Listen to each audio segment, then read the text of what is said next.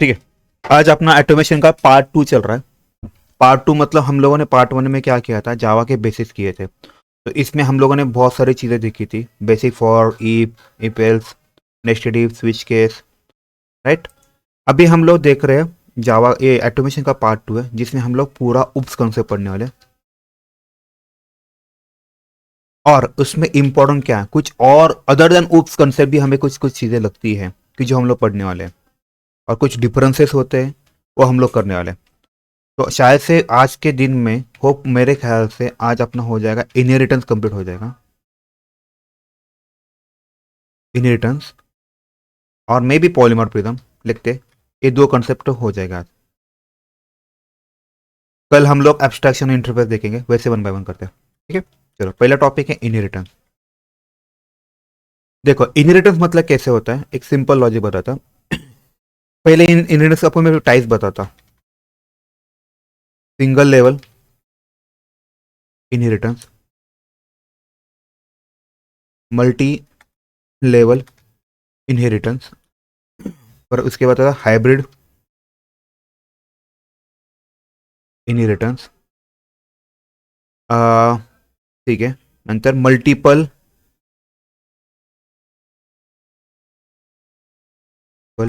Inheritance. ये support नहीं करता, डज नॉट सपोर्ट।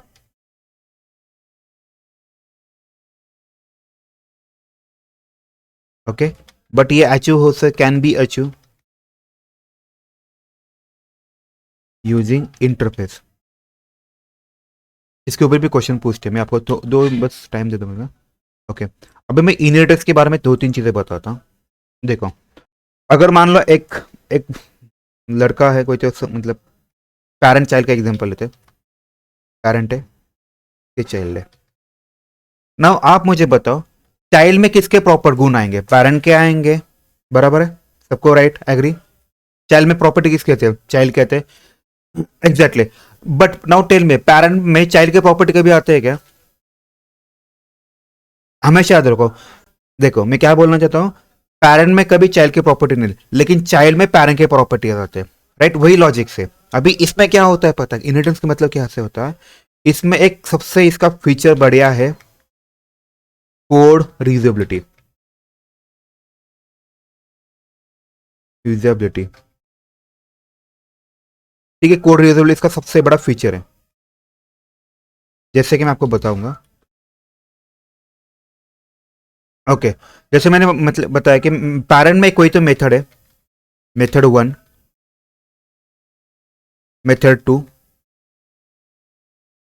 अभी अगर आपके पास चाइल्ड है, तो I can directly access, I can directly access those method. बरा ना, मतलब कैसे कि अगर मान लो कि पेरेंट ने बहुत पैसे कमाए, तो चाइल्ड क्या करेगा, डायरेक्ट एक्सेस कर पाएगा ना उस पैसों को, बराबर। उसे कुछ करने की जरूरत पड़ेगी क्या? नहीं। लेकिन पेरेंट के पास अगर नहीं इतना पैसा, तो क्या करना पड़ता है, उस बेटे को खुद के दम पे कुछ तो करना पड़ेगा, बराबर है, खुद के दम पे करना है। तो इस केस में वो क्या करेगा, उस केस में कोड रियूजेबल नाम का कंसेप्ट नहीं आएगा। तो इनहेरिटेंस मतलब क्या होता है, achieving parents property to the child, ऐसा हो सकता है। अचीविंग बोल सकते हैं, या फिर आप इसको थोड़ा अलग नाम भी दे सकते हैं, accessing parents property to the child. और चाइल्ड में आप क्या करोगे, पेरेंट्स की प्रॉपर्टी अच्छे करो, बराबर है। अभी इसका एक सिंपल लेवल मैंने आपको बताया, जैसे कि पेरेंट के पास पैसा है, प्रॉपर्टी है, तो child can access those property. But child, अभी कभी आपने कभी से केस सुना नहीं होगा आपने कभी, चाइल्ड के पास प्रॉपर्टी है लेकिन उसने पेरेंट ने उसने हक मांगा उसके ऊपर, कभी होता ही नहीं। और इंडिया में तो नहीं होगा कभी, राइट। ऐसा लॉजिक है। किसी का भी डाउट है इस केस में, तो हम लोग इसको थोड़ा इंप्लीमेंट करेंगे अभी। ठीक है, इसका मेन क्या है, कोड रियूजेबिलिटी है। फिर इसका दूसरा सेकंड पॉइंट क्या है, कोड मेंटेनेंस भी है। इसका मैं एक एग्जांपल देता हूं। मान लो पेरेंट ने एक, सॉरी यार, पैरेंट ने एक मेथड बनाई, उसका नाम है मेथड बने, उसमें कुछ तो काम कर रहा, उसमें उसका कुछ तो फीचर सेट ऑफ रूल्स है।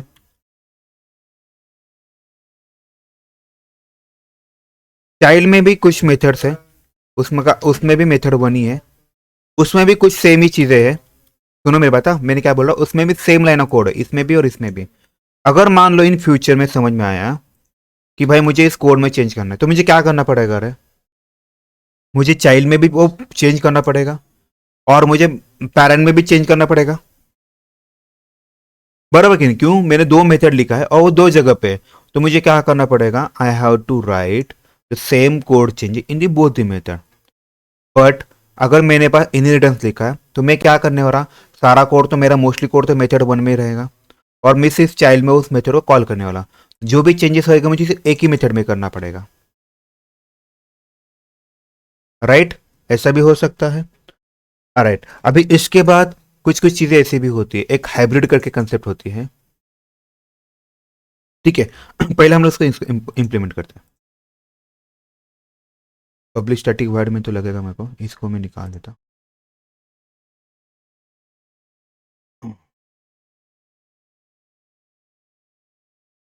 अगर मान लो मेरे पास कोई एक मेथड है, पब्लिक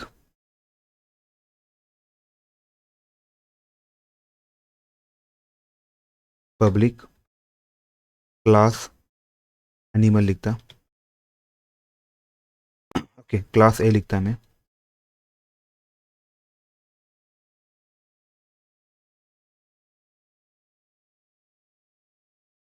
ओके इसके अंदर मैंने एक मेथड लिखा, मेथड A1।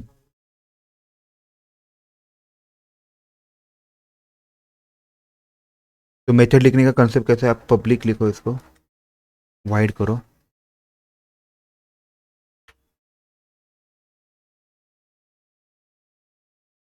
BOI, बराबर है।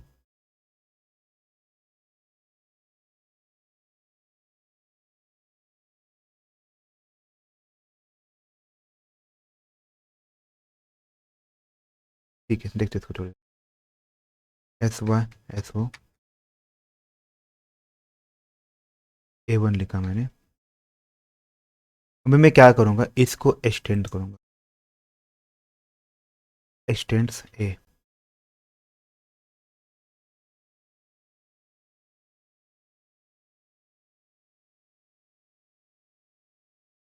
ठीक है? अभी मुझे क्या करना है, इस मेथड को इसमें कॉल करना है।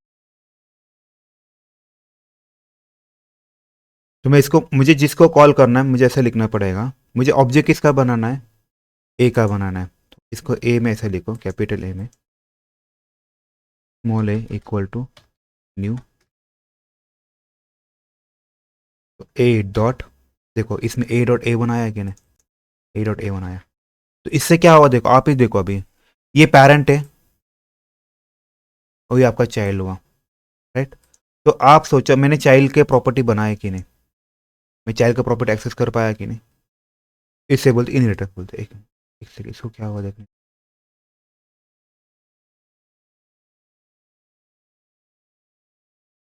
ठीक है? देखो इससे क्या हुआ, तो expanse keyword sorry inheritance use करने के कुछ रूल्स है, वो रूल्स क्या है, इनहेरिटेंस के रूल्स, एक वर्ड है expanse, keyword is more important. अगर आप देखोगे,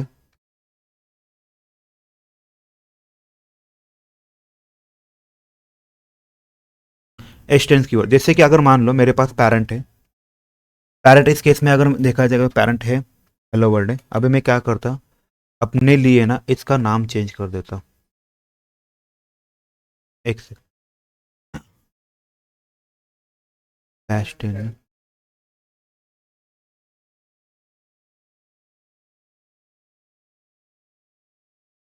इसका नाम मैं चाइल्ड रख देता।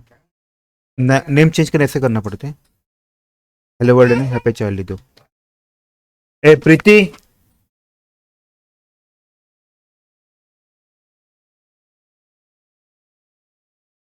देखो ये चाइल्ड बन गए। तो अभी हम लोग क्या करने वाले हैं, इन जैसे मैंने बताया था इनिटर्स में क्या होता है, पेरेंट की प्रॉपर्टी आप एक्सेस कर सकते हो। तो इस केस में आपका जो ए है that is parent,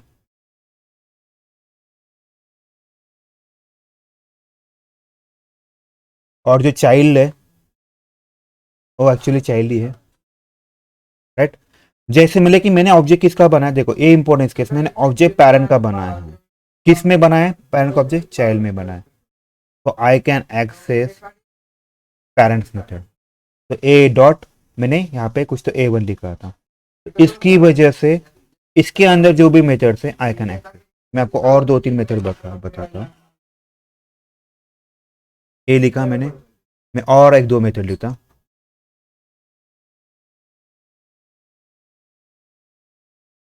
A2 A2।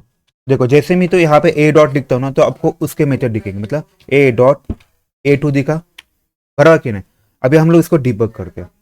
और एक चीज हमेशा याद रखो, आप कभी भी कोई भी प्रोग्राम रन करते हो तो पहले जावा मतलब जेवीएम पहले किसको ढूंढता है पता है आपको, कौन सी मेथड को ढूंढता है पता है, पहले सबसे पहले वो मेन मेथड को ढूंढता है। तो आपके मेन मेथड कहाँ पे है, यहाँ पे मेन मेथड कौन सी क्लास में, तो आपका पहला ये वाला क्लास एग्जीक्यूट होगा, बाकी बाद में होंगे, लेकिन पहली प्रायोरिटी किसकी होगी, इसकी होगी, समझे। उसमें भी किसकी होगी, मेन मेथड की होगी। किसी को डाउट है अभी इस केस में। और इसमें मैं और एक इसमें और एक दो ये लिखता, पब्लिक A2 लिखता, सॉरी चाइल्ड वन,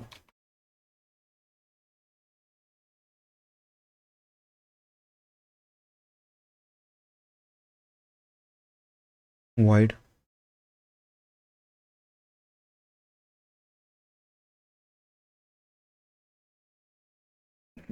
यहाँ पे मैं चाइल्ड वन लिख सकता हूँ डायरेक्टली,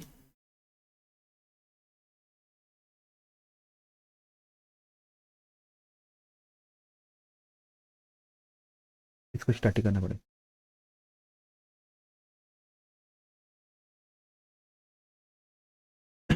ठीक है, अभी इसको मैं रन करता हूँ। देखो मैं जैसे मैंने बताया, वो पहले किसको ढूंढेगा, जब जेवीएम जब भी कभी एग्जीक्यूट होता है वो पहले ढूंढता है मेन मेथड को। तो उसने मेन मेथड को ढूंढा,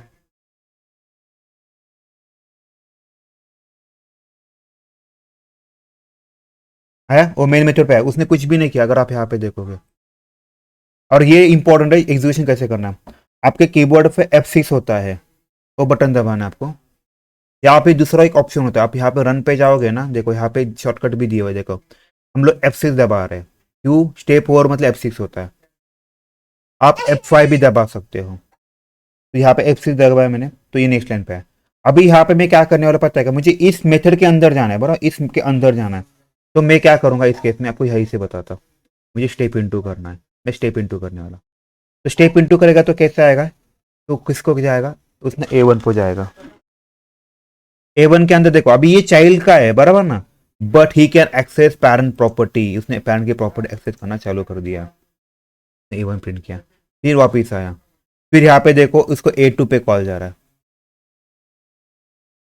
राइट, उसने A2 पे किया, फिर ए चाइल्ड का किया।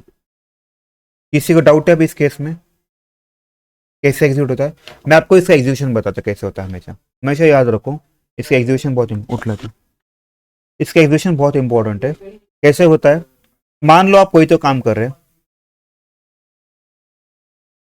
1 2 3 4 5 6 7 8 ऐसे लाइन का आपका कोड है, राइट। और हर एक कोड पे आपके कुछ मेथड्स है, कॉल्स है। तो ये मान लो मेरा ये कॉल वन है, ये मेरा कॉल टू है, कॉल टू मतलब मेथड टू, हाँ एकदम पूरा, यहाँ पे मेथड थ्री लिखता है बेटर रहेगा। और यहाँ पे मैंने इसको मेथड वन को, ये मेरा M1 है, ये मेरा M2 है, M1 हुआ, M2 हुआ और M3 लिखा, method one method two method two, इससे आपका कॉल रन हो रहा है। देखो जब भी कभी मैं डिबग करता हूँ तो यहाँ पे ग्रीन लाइट आती है, मतलब ग्रीन कलर की एक स्ट्रिप आती है, बराबर। यहाँ पे जो ग्रीन कलर की स्ट्रिप है, मतलब ये इंडिकेट करता है कि now this line will going to be execute. तो आपका इस केस में मान लो यहाँ पे एग्जीक्यूट ग्रीन लाइन है, तो जैसे मैं F5 दबाता हूँ तो कैसे होता है, अगर आप मान लो कोई तो काम कर रहे हो, देखो मेरी बात सुनो, आप कोई तो काम कर रहे हो और आपकी डोर बेल बजी तो आप क्या करते हो, क्योंकि आपको कुछ तो पार्सल है, आप क्या करते हो, आपका काम यहीं पे रुकाते हो, आपका काम यहीं पे पॉज कर दो, मैं स्टॉप नहीं बोल रहा हूँ, मेरे वर्ड सुनो, मैं पॉज बोल रहा हूँ, मैं स्टॉप नहीं बोल रहा हूँ, मैं पॉज कर रहा हूँ। तो मैं क्या करूँ, मेरा काम पॉज करूंगा, जाऊंगा मेथड वन है तो मेथड वन का जो भी कोड है, जो भी कॉल्स है सारे एग्जीक्यूट करूंगा, फिर वापस क्या वापस आऊंगा, मतलब मेरा कुछ पार्सल आया तो मैं पार्सल लेऊंगा, सही वगैरह करूंगा, डोर बंद करूंगा, वापस कहीं पे आऊंगा, यहीं पे आऊंगा, और मैं क्या करूंगा फिर, उसके बाद हम लोग क्या करते हैं हमेशा, मैं मेरा काम रिज्यूम कर दूंगा। वही हो रहा है यहाँ पे, अगर ऑब्जर्व किया जाए अभी इस लाइन पे है, यहाँ पे मतलब इसने मेरे को कॉल आया इसलिए मैं क्या गया, मैं उधर गया, मैं उधर का पूरा जो भी लाइन्स ऑफ कोड है पूरा एग्जीक्यूट किया, उसके बाद मैं कहाँ आऊंगा फिर, मेरा एक्चुअल काम में आऊंगा, आया कि नहीं मैं एक्चुअल काम में, ये लाइन एग्जीक्यूट होने वाली थी, अभी ये हुआ, अभी इसमें भी सेम है, यहाँ पे A2 का मेथड कॉल होने वाला है, जब A2 लाइन के लिए गया, वो वाला कॉल किया, फिर वापस मेन लाइन पे आया, इस वजह से चलता रहेगा। अभी किसी को डाउट है एग्जीक्यूशन के बारे में, कैसे होता है क्या होता है, हेलो, ये समझ में है सबको कैसे, ओके अभी सेम थिंग है, अभी ये मेथड 2 का जब भी लाइन एग्जीक्यूट होगा, राइट, वो क्या करेगा, यहाँ पे जाएगा, जैसे उसको कॉल आएगा, अभी कोई तो और घर वालों ने बोला है तो आप उनका काम पूरा कंप्लीट करोगे, ये कंप्लीट होने के बाद फिर से वापस यहाँ पे आओगे, तो ये चलता है, ये पूरा का पूरा चलता रहेगा ऐसा वाला। इसे बोलते हैं सिंगल लेवल इनहेरिटर। क्यों, इसमें कितने क्लास को हम लोग एक्सटेंड किया रे, एक ही क्लास को एक्सटेंड किया। अभी हम लोग क्या करने वाले, और एक क्लास लेने वाले, क्लास बी लिखते हैं, इसको पहले कोड को यहाँ पे लिखता हूँ, किसी का भी डाउट है तो बताओ मुझे, तो हम लोग नहीं तो आगे बढ़ते हैं।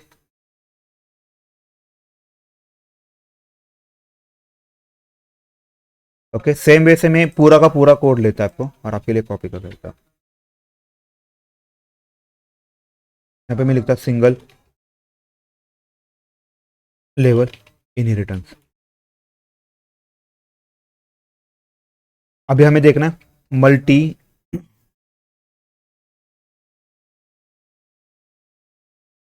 इनहेरिटेंस। मल्टी लेवल में मतलब क्या होता है, सिंपल है, जैसे ग्रैंड पेरेंट की प्रॉपर्टी पेरेंट के पास होते, पेरेंट की प्रॉपर्टी किसके पास आती है, चाइल्ड के पास आती है, वैसा लॉजिक है। यहाँ पे मैं बी लिखता हूँ, यहाँ पे मैं B1 लिखता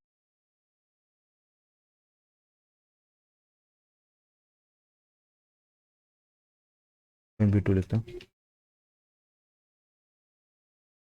अभी मैं यहाँ क्या लिखा, अभी ये B1 है, बी है ना, इसको मैं लिखता एक्सटेंड, देखो ना मतलब क्या हुआ, देखो एज्यूम करो ये आपका ये आपके ग्रैंड पेरेंट्स है,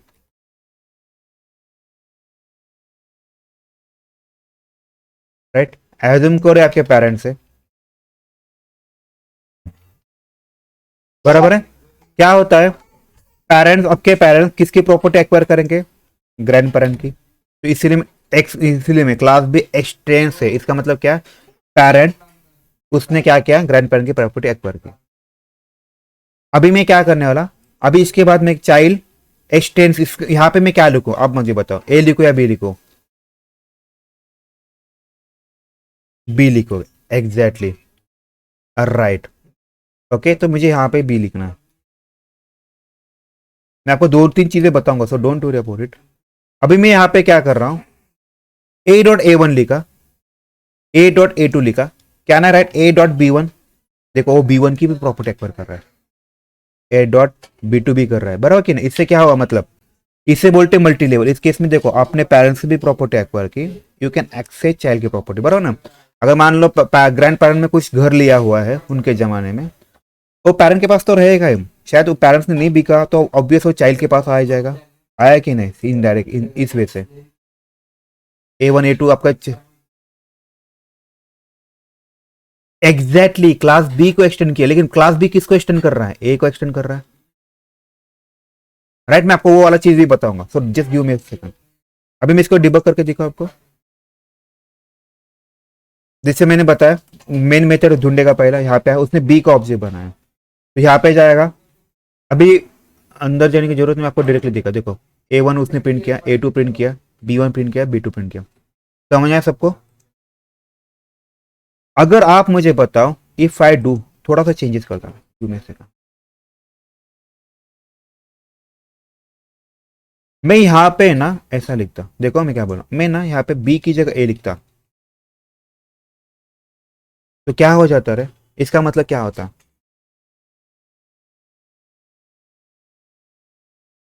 इसका मतलब क्या होता, एग्जैक्टली exactly, क्यों, क्यों, क्योंकि देखो ना ए का और बी का रिलेशन है क्या, मतलब ऐसा होता है। नाउ टेल में ग्रैंड पेरेंट करीब पेरेंट की प्रॉपर्टी ले सकते हैं क्या, ग्रैंड पेरेंट करीब पेरेंट नहीं ले सकते, इसीलिए तो यहाँ पे मैंने बी लिखा ना, तो बी के ऊपर के सारे का वो ले सकता है, इसका मतलब वो होता है।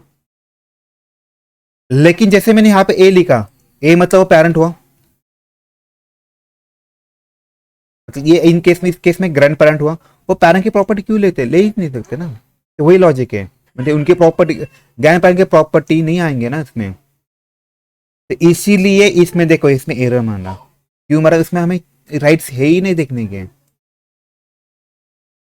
अभी किसी को डाउट है इस केस में ये कैसा हो, ये ऐसा क्यों हो, क्योंकि मैंने ऑब्जेक्ट किसका बनाया रे, मैंने ऑब्जेक्ट ए का बनाया, तो ए का कोई, मैंने ए को कहीं एक्सटेंड किया है क्या, नहीं, ए पेरेंट है, तो अब आप ही बताओ मुझे, चाइल्ड में पेरेंट में कभी चाइल्ड की प्रॉपर्टी आते हैं क्या, नहीं है, इसीलिए ग्रैंड पेरेंट में कभी पेरेंट की प्रॉपर्टी आएंगे क्या, नहीं आएंगे, सेम लॉजिक चलेगा, इसी लॉजिक से उन्होंने इनहेरिटेंस कंसेप्ट किया है। ठीक है, सबको समझ में है ये वाला कंसेप्ट, ओके, ओके। अगर मैं यहाँ पे, ओके ठीक है, इतना ही चलेगा अपने लिए अभी।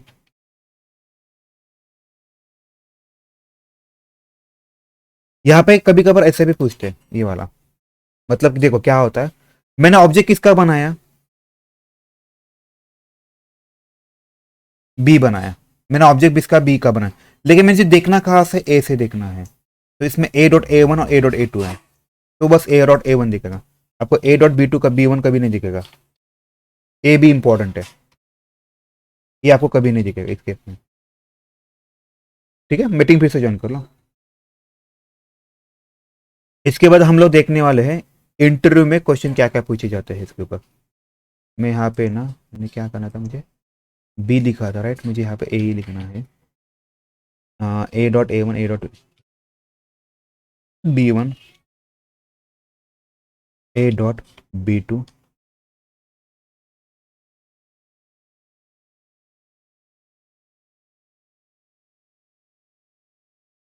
एरर विल थ्रो, क्यों, grandparent,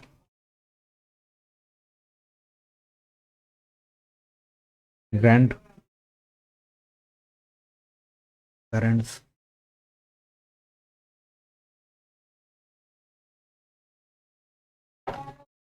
grand parent never acquire parents, same जॉगी चलेगा इसके लिए भी।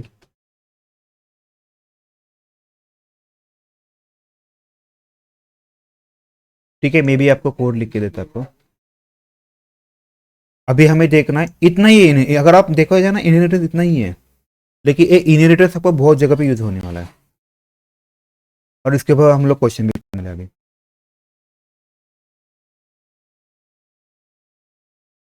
ये आपका सेकंड एग्जांपल, अब ये वाला ट्राई करो। ठीक है, अभी हम लोग क्या करने वाला, कुछ इनहेरिटेंस के कुछ क्वेश्चंस बनाने वाले हैं, क्या क्या होता है, ये जो इंटरव्यू में पूछा जाता है।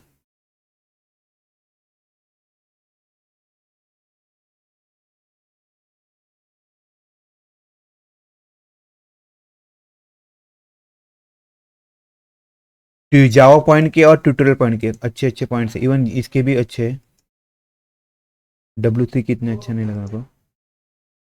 ठीक है, अब इनहेरिटेंस के जैसे मैंने बताया, इनहेरिटेंस मतलब क्या ऐसा होता है, in which one object can acquire all the property, इसका अच्छा पॉइंट नहीं लगा मेरे को।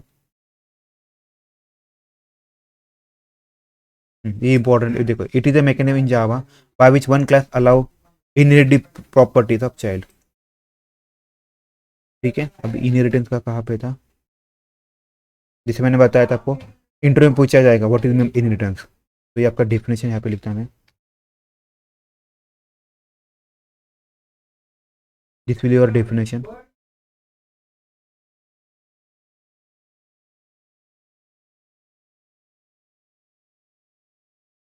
बराबर डेफिनेशन हुआ आपका ये। ओके, उसके बाद क्या होता है उसमें, और दो तीन चीज़ें बताऊंगा तो नहीं,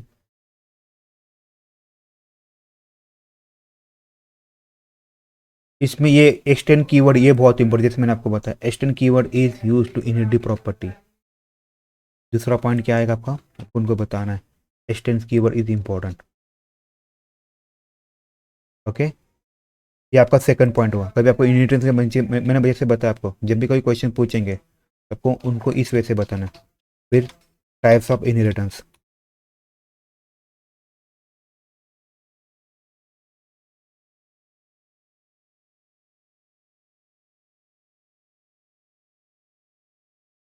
एक, दो, तीन, चार, और एक होता है हिरार्चिकल, एक होता है hierarchical inheritance.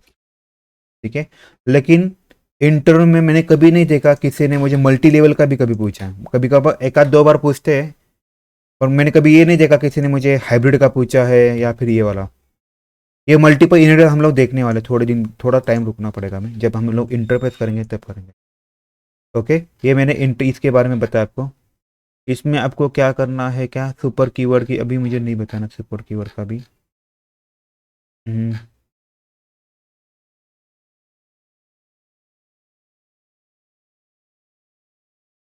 Okay, the idea in which built,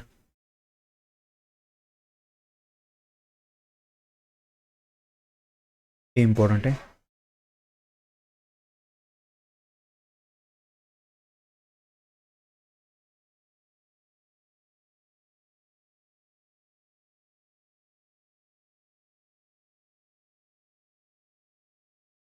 मैंने यहाँ पे फर्स्ट पॉइंट लिखा, मैंने ये मेरा सेकंड पॉइंट हुआ, ये मेरा थर्ड पॉइंट हुआ, ये मेरा चार पॉइंट हुआ। ओके, ठीक है, सबको समझे इनहेरिटेंस के बारे में क्या क्या बताना आपको।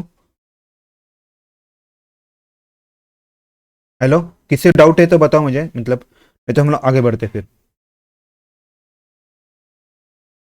आपको ये है ना, वही है ना, उनको अगर उन्होंने क्वेश्चन पूछा तो इनहेरिटेंस कहाँ है, what is mean by inheritance, तो आपको ये चार पॉइंट जो मैंने लिखे हैं ना आपको वही बताना है, आपको कुछ नहीं करना एक्स्ट्रा का।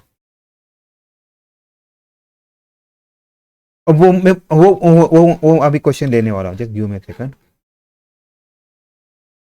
ओके, उनका क्वेश्चन स्पेसिफिक एकदम पॉइंट होता है, स्टिक टू द पॉइंट होता है। मैं अभी आपको लिख के देता हूँ, where you use inheritance in your project, जब वो आएगा ना टॉपिक तो हम लोग उसमें भी लिखेंगे।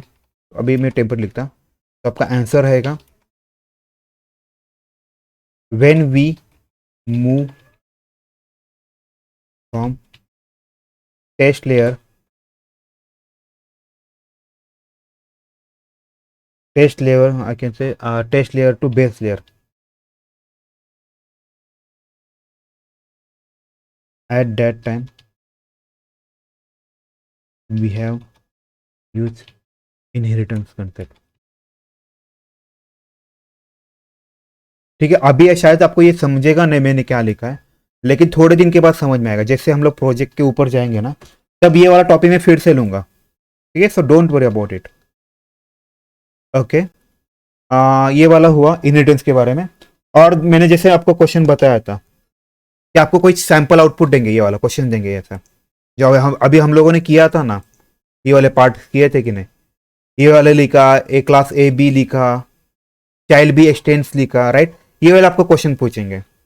और ये आप मैंने जैसे आप अभी एक ट्राई किया था, यहाँ पे मैंने ट्राई किया था बी लिखने का, तो बी लिखने के बाद उसने एरर थ्रो किया, फिर वो क्या करेंगे, ए बी लिखेंगे, फिर दे बताएंगे यार क्या इशू आ रहा है, क्या दोनों तरफ बी लिखेंगे,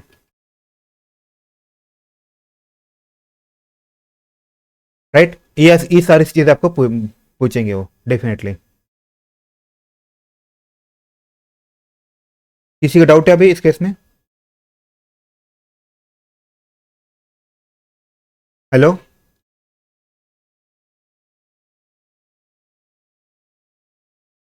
ओके ओके, मैं यहाँ पे लिखता a.b2। मतलब ये क्या, इसे क्या बोलते हैं पता है? Code output. तो इसके लिए एक यूआरएल है, वो बेस्ट यूआरएल है जो मैंने देखा है। इसमें क्या होता है, कौन सा कह रहे हैं, ग्रीक फॉर इंटरव्यू वाला। ये वाला थोड़ा सा इंटरव्यू पर ये वाला देखोगे ना, आपको थोड़ा आइडिया आ जाएगा। मैं यहाँ पे यूआरएल भी देखता हूँ। इन लोगों ने वैसे ही किया है। यहाँ पे क्या किया, ट्राई किया है कि आपका आउटपुट क्या आएगा। देखो यहाँ पे इन मैं आपको थोड़ा सा ट्राई करता है बताने का।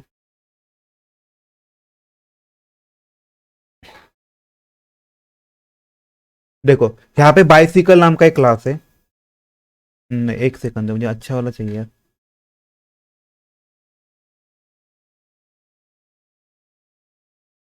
ये थोड़ा क्वाइट गुड है। देखो यहाँ पे देखो क्लास 1 है, उसमें उन्होंने लिखा है प्रिंट ग्रीक लिखा है।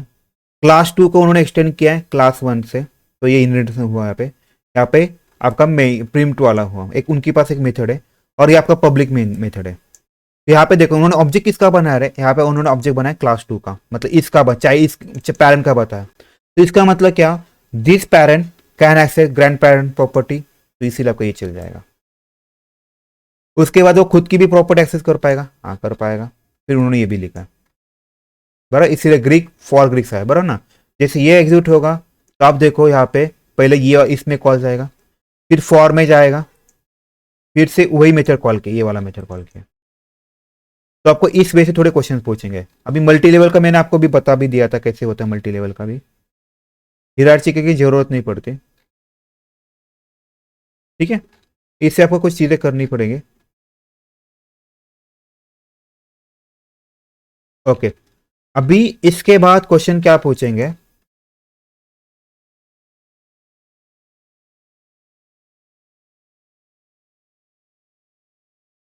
पे लिखा for practice, use this URL. Okay, अभी हम लोग क्वेश्चन पूछेंगे, when inheritance is not possible. Inheritance कब पॉसिबल नहीं है, ठीक है। तो उसके दो आंसर है। पहला है when any of the method is static, method और क्लास, ठीक है, when any of the method is static. दूसरा है when any of the class is final. हम लोग उसके बारे में लेने वाले हैं, स्टैटिक क्या होता है, फाइनल क्या होता है, हम लोग लेने वाले, सो डोंट वरी। ये क्वेश्चन पूछते हैं when inheritance is not possible, और क्वेश्चन पूछे how will you prevent the inheritance. आप इनहेरिटेंस कैसे प्रिवेंट करोगे, मतलब पॉसिबल कैसे नहीं है। तो जब भी कभी आपके पास कोई क्लास होगा, वहां पे आप स्टैटिक लिखोगे तो आपको मेथड नहीं। तो जैसे मैं आपको एक एग्जांपल छोटा सा डेमो देता हूँ, ये तो चल रहा है, सबको दिख रहा है, कुछ एरर नहीं है। यहाँ पे कुछ मेथड की जगह में स्टैटिक लिखता।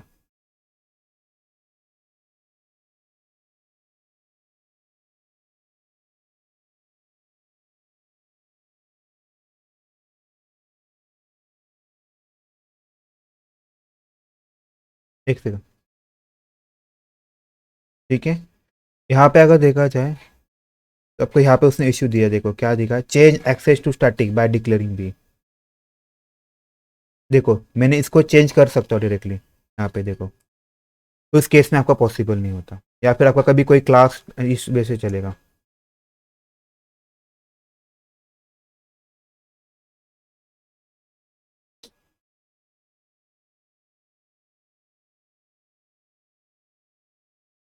सॉरी, ठीक है, 1 second,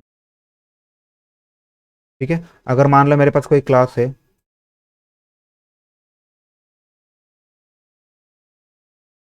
public static wide A1, अभी इसको निकाल देता हूँ।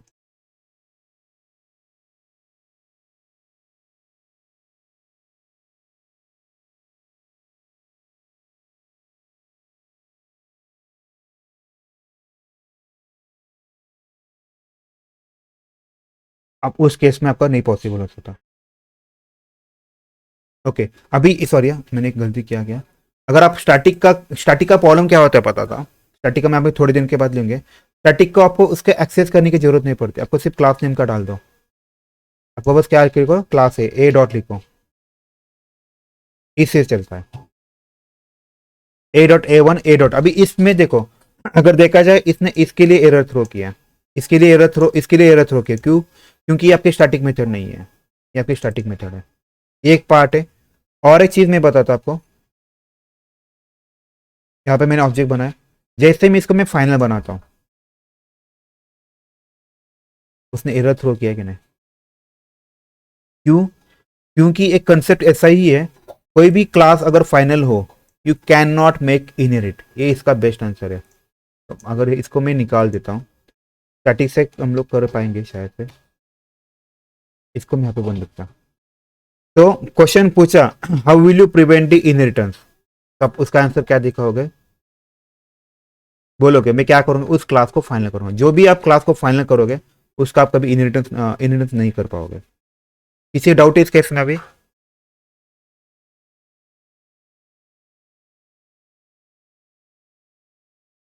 इनहेरिटेंस, राइट, अगर आपको मतलब जैसा कि मेरे पास पेरेंट है, पेरेंट ने डिसाइड किया है कि मुझे इसको कुछ देना ही नहीं है, तो वो क्या करेंगे, खुद को फाइनल बना लेंगे। इसका मतलब क्या हुआ, चाइल्ड कभी उसकी प्रॉपर्टी एक्सेस कर पाएगा ही नहीं।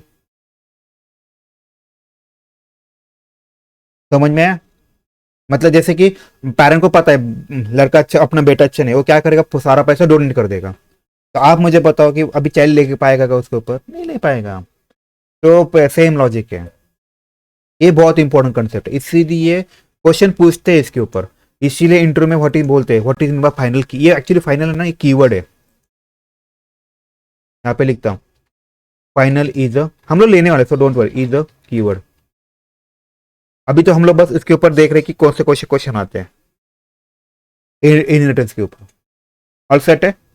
चलो फिर, अभी अपना इनहेरिटेंस तो हो गया, इसके ऊपर इनहेरिटेंस इतना ही पूछ सकते हैं। उसके बाद आना है हमें पॉलीमॉर्फिज्म के ऊपर। ओके, किसी को पता है पॉलीमॉर्फिज्म मतलब क्या है? नाम से ही पता चलेगा शायद से। तो poly means many, please mute करेगा क्या कोई तो? यानी ये मॉर्फिज्म को इन शॉर्ट में ऐसे बोलते हैं वो लोग, बिहेवियर बोलते हैं, तो इसका मतलब क्या था, मेनी बिहेवियर्स।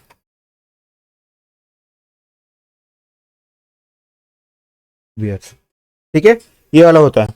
तो पॉलीमॉर्फिज्म का मतलब उनको, इसके बेसिकली टू टाइप है, इट हैज टू टाइप्स। देखो ये बहुत इंपॉर्टेंट है, क्योंकि इसको नाम देखो, इसे इसे बोलते कंपाइल, कंपाइल टाइम पॉलीमॉर्फिज्म, एक हुआ, इससे ही बोलते हैं। ओके, दूसरा है, एक minute, method overloading, method overloading. Okay, दूसरा है, इसे बोलते रन टाइम पॉलीमॉर्फिज्म, इसे बोलते मेथड ओवरराइडिंग। तो कभी कंफ्यूज नहीं होना, याद आपको हमेशा, मैं आपको हर इसके बारे में हर चीजें बताता हूँ। ओके, मेथड ओवरलोडिंग होता है, मेथड ओवरराइडिंग होता है, और इसे कभी कभार स्टैटिक भी बोलते हैं, static method overloading, method overloading. ये कभी कभी यूज नहीं किया किसी ने, तो हम लोग इसको निकाले देते हैं। और दूसरे को बोलते हैं डायनामिक लोड, डायनामिक मतलब ओवरराइड बोलते हैं इसको। ठीक है, तो अभी हम लोग देखते हैं कि ये कंपाइल टाइम। तो कभी किसी ने पूछा पॉलीमॉर्फिज्म क्या है, पॉलीमॉर्फिज्म मतलब क्या होता है, इस केस में आपका पॉली मतलब मैनी, और मॉर्फिज्म मतलब behaviour. Okay,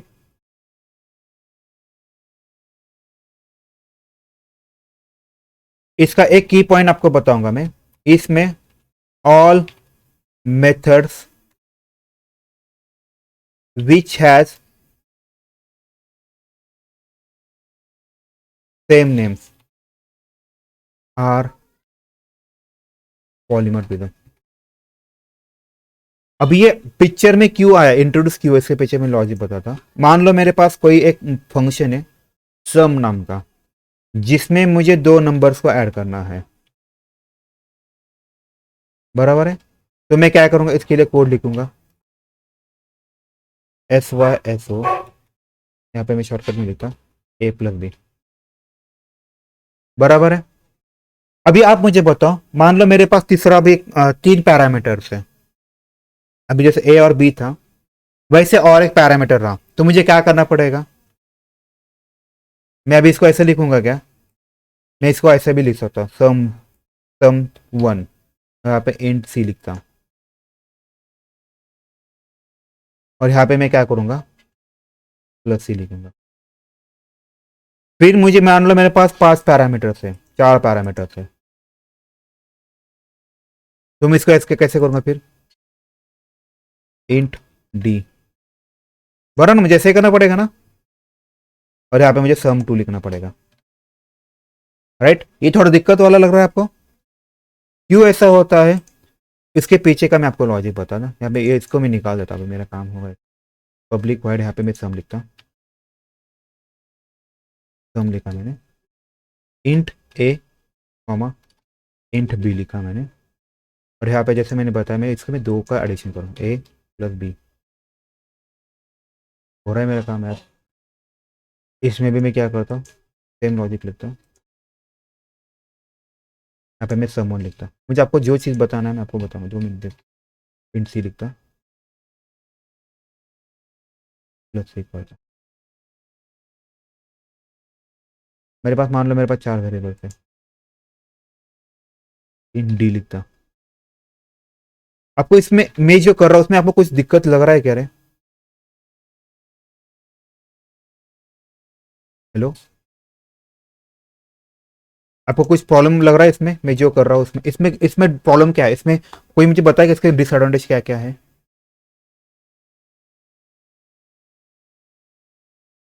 hello,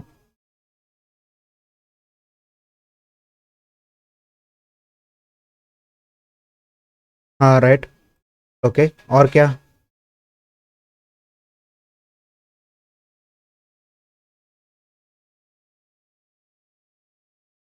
okay, okay, और कुछ है।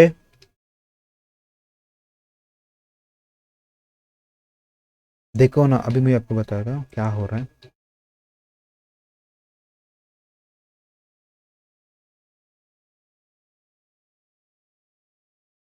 जस्ट इमेजिन करो, मुझे कितनी मेथड के नाम याद रखने पड़े रहे, मेरे पास कितने मेथड्स है, मेथड कितने मेरे पास, 3 मेथड्स है, तो मुझे 3 मेथड के नाम याद रखने पड़े। और ये भी याद रखना पड़ेगा, अरे भाई ये सम 2 में कितने पैरामीटर्स है, 4 पैरामीटर्स है, सब राइट, वो भी याद रखना पड़ रहा है आपको, ये बहुत बड़ा प्रॉब्लम है। तो मतलब आपको दो चीजें, इसका प्रॉब्लमेटिक क्या लगा, आपको मेथड नेम में सेम नहीं रखा, अगर मैं मेथड नेम सेम रखता हूं ना तो वो दिक्कत देता है, मतलब नहीं क्या मतलब, मेरा मेरा ये काम नहीं हो जाएगा, तो मैं आइडेंटिफाई नहीं कर पाऊंगा ना। मैं अगर मैं मेथड ओवरलोडिंग की मैं बता रहा हूँ, अगर मुझे मेथड ओवरलोडिंग नहीं इंप्लीमेंट करना, तो मुझे इसका नाम अलग इसका नाम अलग देना पड़ेगा, बराबर कि नहीं, समझ आया सबको मैं क्या बोलना चाहता हूँ। तो इन्होंने क्या किया भाई, ठीक है, तुम्हें अभी क्या करना है, ये इसमें थोड़ा दिक्कत लग रहा है मेरे को, तो ये क्या बोले पता है क्या, ये बोले कि ऐसा कर सकते हैं, एक काम करते हैं, तुम ना, तुम्हारे जो भी मेथड्स है ना, उनके मेथड के नाम सेम रखो, सेम मेथड नेम रखो, बट ये वर्ड वर्ड बहुत है, बट डिफरेंट आर्गुमेंट्स रखो, उससे मुझे पता चलेगा कि ये मेथड ओवरलोडिंग है कि नहीं, मुझे कौन सा मेथड एग्जीक्यूट करना है, इज कॉल्ड मेथड ओवरलोडिंग। ठीक है, ये बहुत इंपॉर्टेंट है, याद रखो, इसका इंपॉर्टेंट आपको पता, जब आप इंटरव्यू देखो ना वो पता चलेगा, वो डेफिनेट आपको पूछेंगे। समझ में क्या नहीं, मैं क्या किया मैंने यहाँ पे देखो, मैंने क्या किया, सेम मेथड नेम है तो मैं सबके मेथड नेम सेम कर रहा हूँ, कुछ इश्यू आया करे मेरे को, बट मेरे पैरामीटर्स क्या हुआ है, देखो ना, मेरे मेथड का नाम सेम हुआ, अब मुझे याद रखने की जरूरत है करे, अरे हाँ सम वन का क्या काम है, सेम टू का क्या काम होगा, सेम थ्री का क्या काम होगा, नहीं, बराबर ना। बस मेरा पैरामीटर चेंज किया, मैंने काम होगा। तो यहाँ पे देखो, यहाँ पे 2 पैरामीटर थे, यहाँ पे 3 पैरामीटर, यहाँ पे 4 पैरामीटर। इसे बोलते हैं मेथड ओवरलोडिंग।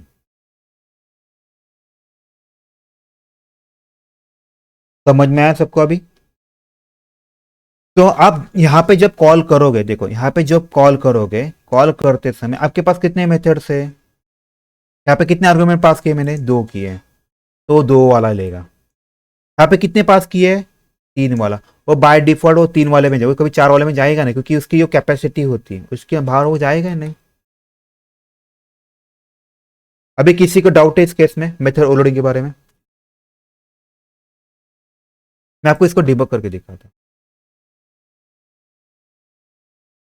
देखो यहाँ पे आया, यहाँ पे देखो, यहाँ पे कितने पैरामीटर थे, 2 पैरामीटर थे, इसीलिए वो 2 पैरामीटर वाले में जाएगा, इससे और में जाएगा ही नहीं वो यार, बराबर। तो उसके बाद यहाँ पे आया, इसमें क्या किया, 3 पैरामीटर वाला कौन है, देखो, तो 6 किया, वापिस आया।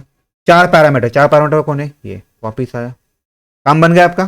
किसी डाउट है इस केस में? तो देखो ना, यहाँ पे एडिशन है ना, एडिशन हो रहा है ना उस नंबर का, A+B A+B C+C, यहाँ पे एडिशन दिख रहा है ना आपको। 1+2 कितना आया, 3 आया। 1+2+3 करो 6 आएगा, इसमें ऐड करो 10 आएगा, इसीलिए ना। ओके, ये समझ में आया सबको? इसे बोलते हैं मेथड ओवरलोडिंग। अगर किसी को डाउट है तो बताओ, मैं उसको आगे, मुझे उसको आगे लेके जाना है, ठीक है। इसको अभी मैं इसको थोड़ा और अच्छे से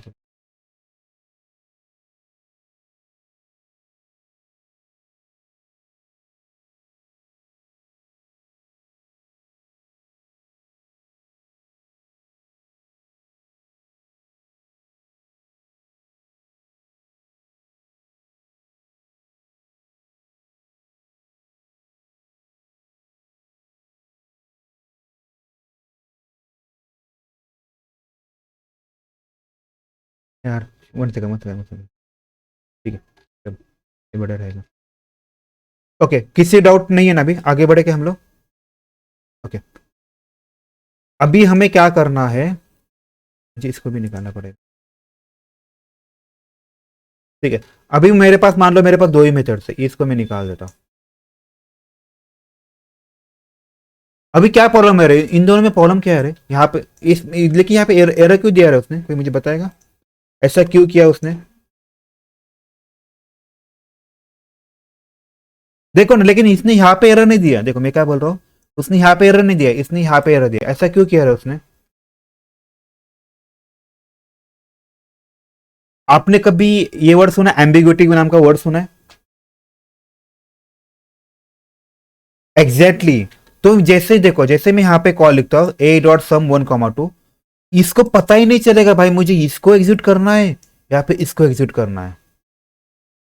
तो हम लोगों का मेन कंसेप्ट क्या था मेथड ओवरलोडिंग का, हम लोगों ने क्या पढ़ा था, same method name but different in argument. Argument आपके डिफरेंट होने चाहिए, यहाँ पे डिफरेंट आर्ग्यूमेंट है क्या, मेथड नेम भी सेम है, आर्ग्यूमेंट भी सेम है, तो दिक्कत किया कि नहीं भाई ने? अगर मैं इसका भी थोड़ा सा चेंज करता, यहाँ पे मैं फ्लोट लिखता, चलेगा अभी? देखो आर्ग्यूमेंट भले 2 हो, लेकिन इसका डेटा टाइप अलग है, इसका डेटा, इसका अलग है, इसका अलग है, तो कम आएगा, ये चल सकता है। किसी का डाउट है अभी इस केस में? ये मुझे बताना था आपको, ये अगर ये वाला क्यों एरर क्यों देगा, क्योंकि इस केस में एम्बिग्युइटी क्रिएट होगा, उसको पता ही नहीं चलेगा क्यों, लेकिन इसमें फ्लोट है, इसमें इंट है, इस वजह से चलता जाएगा। इसने पहले वाले को लिया, क्यों मैंने ए लिखा था, नंबर लिखा था, अभी मैं इसको क्या करता हूँ, देखो इसको मैं 1.2 लिखता हूँ। आप मुझे बताओ इसका डेटा टाइप क्या है, आपको भी पता चलेगा इसका डेटा टाइप फ्लोट है ना, यहाँ पे एफ लिखना पड़ता है, ठीक है। देखो अभी, तो यहाँ पे 1.2 एफ है, तो इसमें एफ इसलिए वो सेकंड में गया, देखो पहले केस में इसमें गया था, अभी के केस में इसमें इधर गया, क्यों गया, क्योंकि ये फ्लोट है, फ्लोट वाला कहाँ पे भाई, इधर है, इसीलिए इसमें ये किया। समझ में आया सबको? किसी डाउट है इस केस में? ओके, ठीक है। अभी यहाँ पे मैंने जैसे मैंने किया था वैसे करता, इंट सी करता, इंट ए करता, जैसे वैसे रहने देता, कुछ चेंज नहीं करता। अभी मैं इसको वाई रिटर्न करता, यहाँ पे इंट लिखता मैं, int D equal to,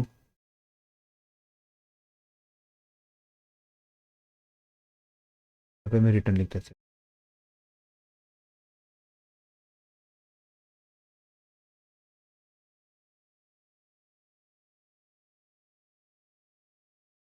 okay,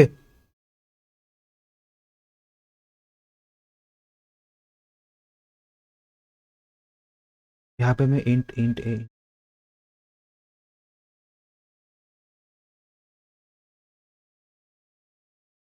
देखो उसने फिर भी एरर मारा।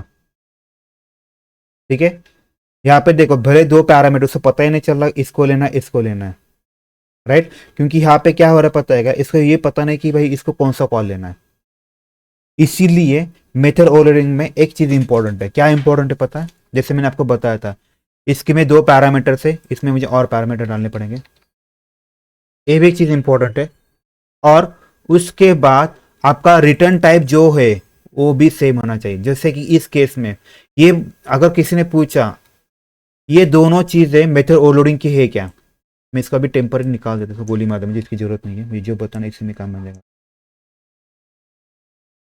ओके, आप मुझे बताओ, कोई क्वेश्चन पूछेगा are the example of method overloading, ये मेथड ओवरलोडिंग एग्जाम्पल है क्या? नहीं है। क्यों नहीं है? क्योंकि इसका रिटर्न टाइप क्या है, वाइड है, इसका रिटर्न टाइप क्या है, इंट है, तो ये मेथड ओवरलोडिंग की कंसेप्ट नहीं है, याद रखो।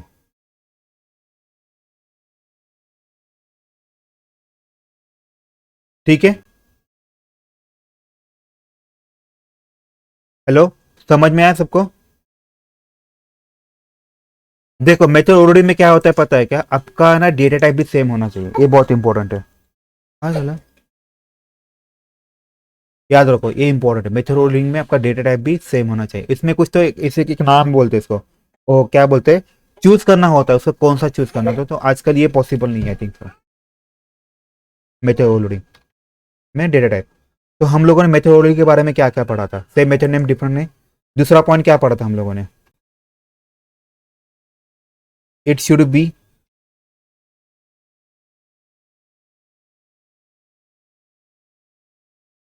कॉल्ड इन सेम क्लास, इसे सेम क्लास में कॉल करना पड़ता है, सारे आपके जो मेथड्स है सेम क्लास में है, जैसे कि ए सम, सम सिर्फ क्लास ए के अंडर ही है, बरा ना, जो भी जितने भी मेथड ओवरलोड से वो सारे सेम क्लास में होना चाहिए। तीसरा पॉइंट क्या, अभी अब हम लोगों ने देखा लास्ट में लेटेस्ट में, सबका रिटर्न टाइप सेम ही होना चाहिए, return type should be same, return type should be same, सबका रिटर्न टाइप क्या होना चाहिए, सेम होना चाहिए। किसी को डाउट है अभी इस केस में?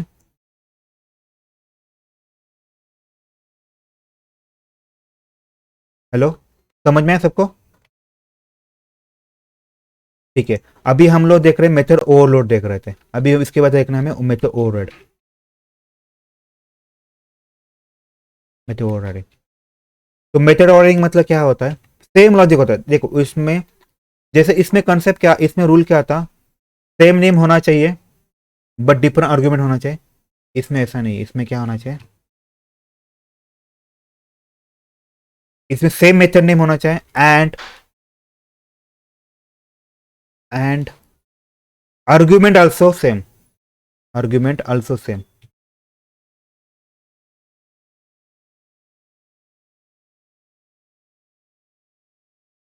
क्या हो रहा है, आर्ग्यूमेंट आल्सो सेम, 15 मिनट का, हाँ okay, it's called method overriding, समझे सबको?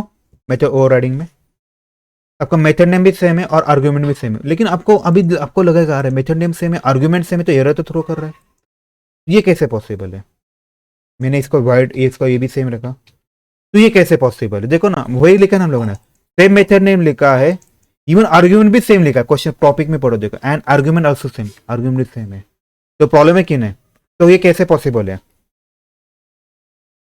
राइट?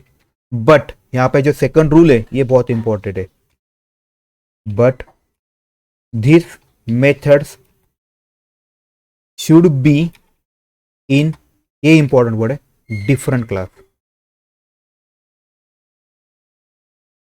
इसे बोलते हैं,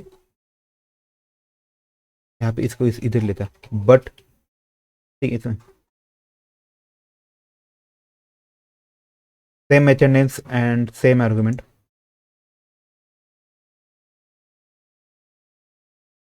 but this method should be in a different class, ये इंपॉर्टेंट है, इज कॉल्ड मेथड ऑर्डरिंग। सबको समझ है? किसी डाउट है इस केस में? अभी मैं आपको बताने वाला। हाँ बोलिए ना।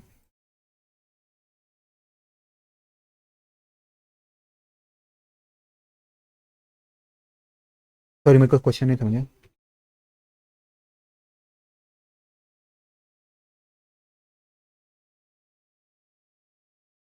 तो मेथड रोलिंग होता ही नहीं ना वो। मैंने बताया आपको, मेथड रोलिंग के कंसेप्ट में वही बताया ना कि आपका रिटर्न टाइप सेम ही होना चाहिए, नहीं तो उसको पता ही नहीं चलता ना क्या होता है क्या नहीं।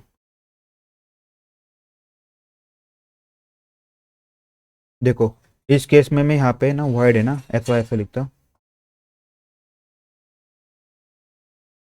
तो आपका ये अभी आपका मेथड ओवरराइडिंग हुआ, मेथड ओवरराइडिंग हुआ क्यों? देखो सेम मेथड नेम दिख रहा है आपको, सेम आर्गुमेंट दिख रहे हैं, बट ये क्या है, डिफरेंट डिफरेंट क्लास में है, बराबर? ये क्लास ए में है, क्लास बी में, बराबर कि नहीं? तो इसका दूसरा रूल क्या है, दोज मेथड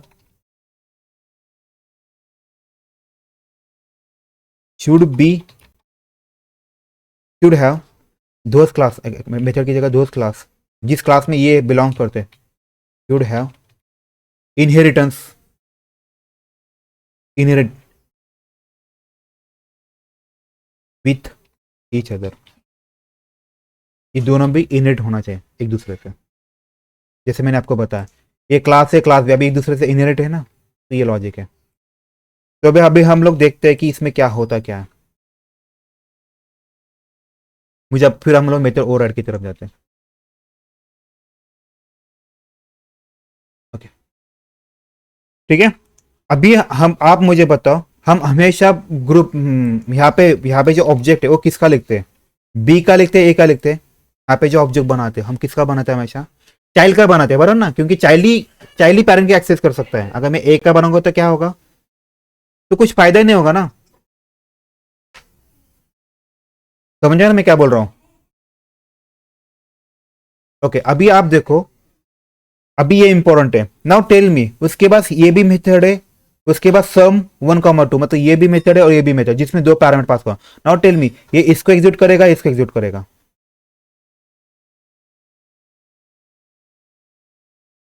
ये इसको एग्जीक्यूट करेगा, क्यों मैं आपको बता था। देखो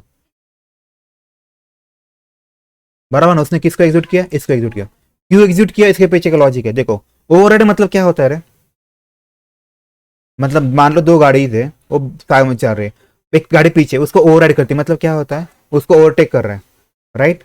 तो वैसा ही इसका लॉजिक क्या होता है पता है क्या?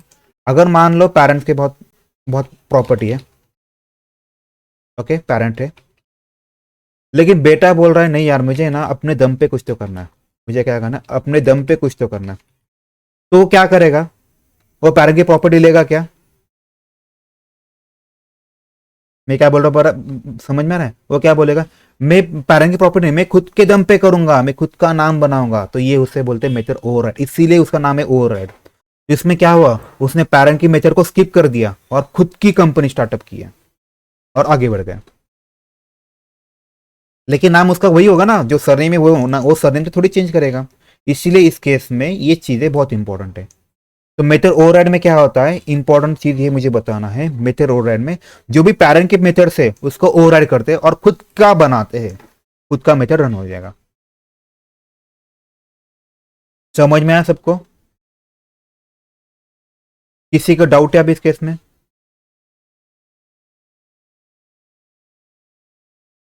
ठीक है, ये बहुत इंपॉर्टेंट है, याद रखो। तो मैंने यहाँ पे इसको,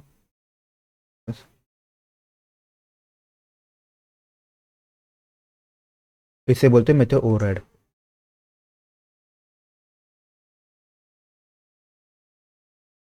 ओके होता है, मैं बताता हूँ।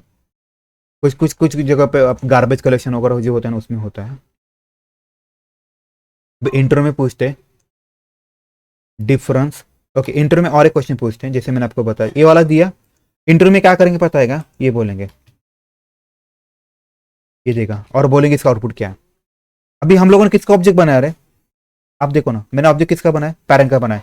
आप ही मुझे बताओ, पैरेंट चाइल्ड के करीब प्रॉपर्टी एक्सेस कर पाता है क्या? नहीं। तो क्या करेगा वो, सिर्फ खुद की मेथड रन करेगा। देखो ये इंपॉर्टेंट, कभी कभी ये क्वेश्चन एंड ट्रिकी बनाते हैं। ये आपको कोड देंगे और बोलेंगे यार इसका आउटपुट क्या है, तो आपको समझ है, आपको हमेशा इसके ऊपर ध्यान देना है किसका ऑब्जेक्ट बनाया इन लोगों ने। हाँ, ए का बनाया, सिर्फ ए का ही मेथड करेगा, बी के नहीं करेगा। तो ये मेथड ओवरराइड की कंसेप्ट नहीं है, याद रखो। ये मेथड ओवरराइड की भले दिख रही है, method override same method name, लेकिन याद रखना आपको, ये बहुत इंपॉर्टेंट, ये बहुत ड्राई करता है, ये पॉइंट करता है मुझे इसको एग्जिट करना है या इसको एग्जिट करना है। अगर मैं पैरेंट का ऑब्जेक्ट बनाऊंगा तो ऑब्वियस है पैरेंट का भी चाइल्ड को एक्सेस नहीं कर पाएंगे। हाँ, लेकिन मैं चाइल्ड का ऑब्जेक्ट बनाऊंगा ना, तो मेरा काम बन जाता है। ठीक है, ये लास्ट टॉपिक है अपना, ये भी पूछते हैं इंटरव्यू में। उसके बाद हमें देखना है डिफरेंस बिटवीन, अगर देखो ओवरलोडिंग ओवरराइडिंग बहुत इंपॉर्टेंट है। जावा टी पॉइंट में अच्छे है शायद से, मैंने वो पढ़ा था उधर से ही लिया था। हाँ देखो, ये पूरा का पूरा आपको पूरा का पूरा देखो, मेथोडोलॉजी में क्या होता है। देखो ये इंपॉर्टेंट, मेथोडोलॉजी में हम लोग विद इन क्लास में किया था, एक ही क्लास में दोनों मेथड किए थे।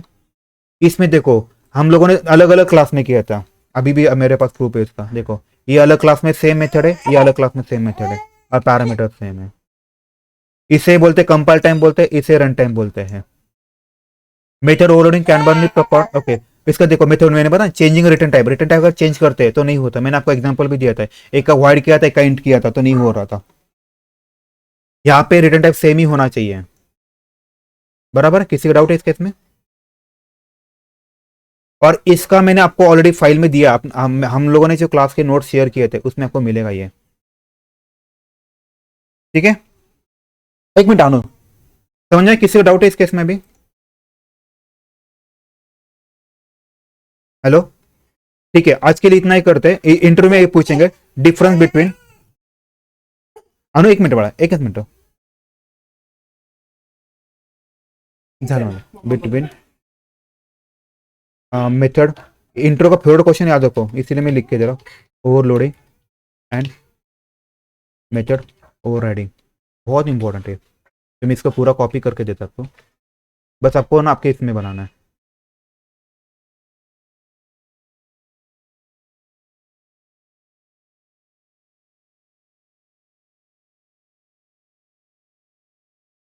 ओके, उसको मैं थोड़ी देर में बनाता आपको। ओके, अभी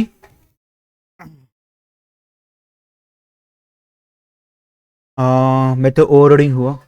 अरे यार, ठीक है, आज के लिए बस इतना ही करते हैं, देखते हैं बाकी का कल देखते हैं फिर।